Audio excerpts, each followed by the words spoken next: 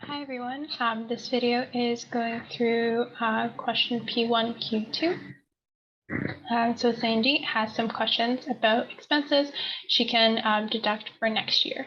She comes up with all expenses that she has questions about, given some hypothetical numbers, quantify how much of each expense she will be able to claim for tax purposes, and state your assumptions, if any. For all expenses, assume that they incurred in a year where she was self-employed. So for one of my clients wants to get into making background music for movies and scenes. Can I write off my Netflix subscription? I split it with my family, and my share is $10 per month. So if we assume that her client for the movies and TV represents 50% of her income, or she plans to get more clients who want to be in the film/TV music industry, she can claim 50% of it. So to calculate that, what we're going to do is we're going to equal sign. So since she pays 10, we're going to multiply that by 12 because that is her monthly charge. And then we're going to multiply it by 50%, which is 0.5 in decimal form. So she'll be able to claim $60. Next one, if I get headshots done for my website, can I write those off? They cost $500. So you can claim the costs of headshots. Sorry. However, you cannot claim new outfits, so she can claim the shots for her website, so that's 500 in deductions. And then I need to buy new outfits, makeup for my headshots. Can I claim that? I probably need 350 for this.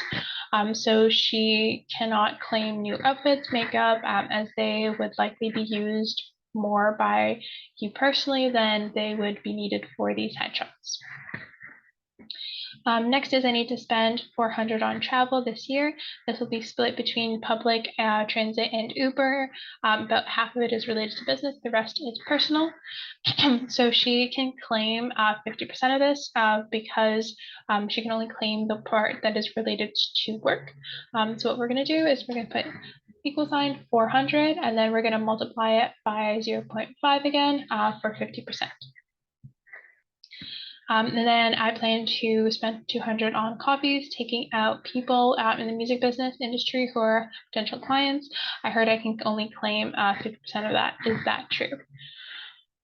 So with 200 spent on coffee for potential clients falls under meals and entertainment and can only be claimed to 50%, as she mentioned.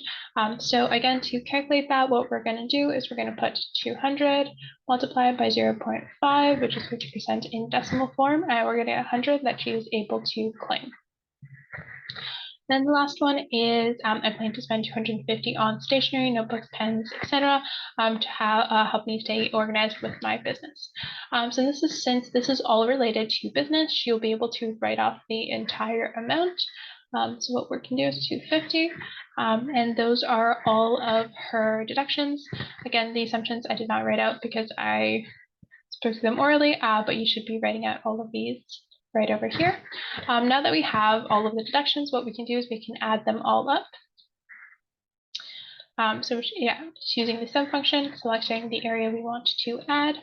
And then what we're going to do is we are going to calculate the net self-employment income, which to calculate, we're going to use the formula and just take the gross self-employment income, and we're going to subtract all of the deductions, which again right now gives us a negative number because we don't have any income currently populated, but once it is, that will populate on its own to provide you an answer. Thank you so much for watching.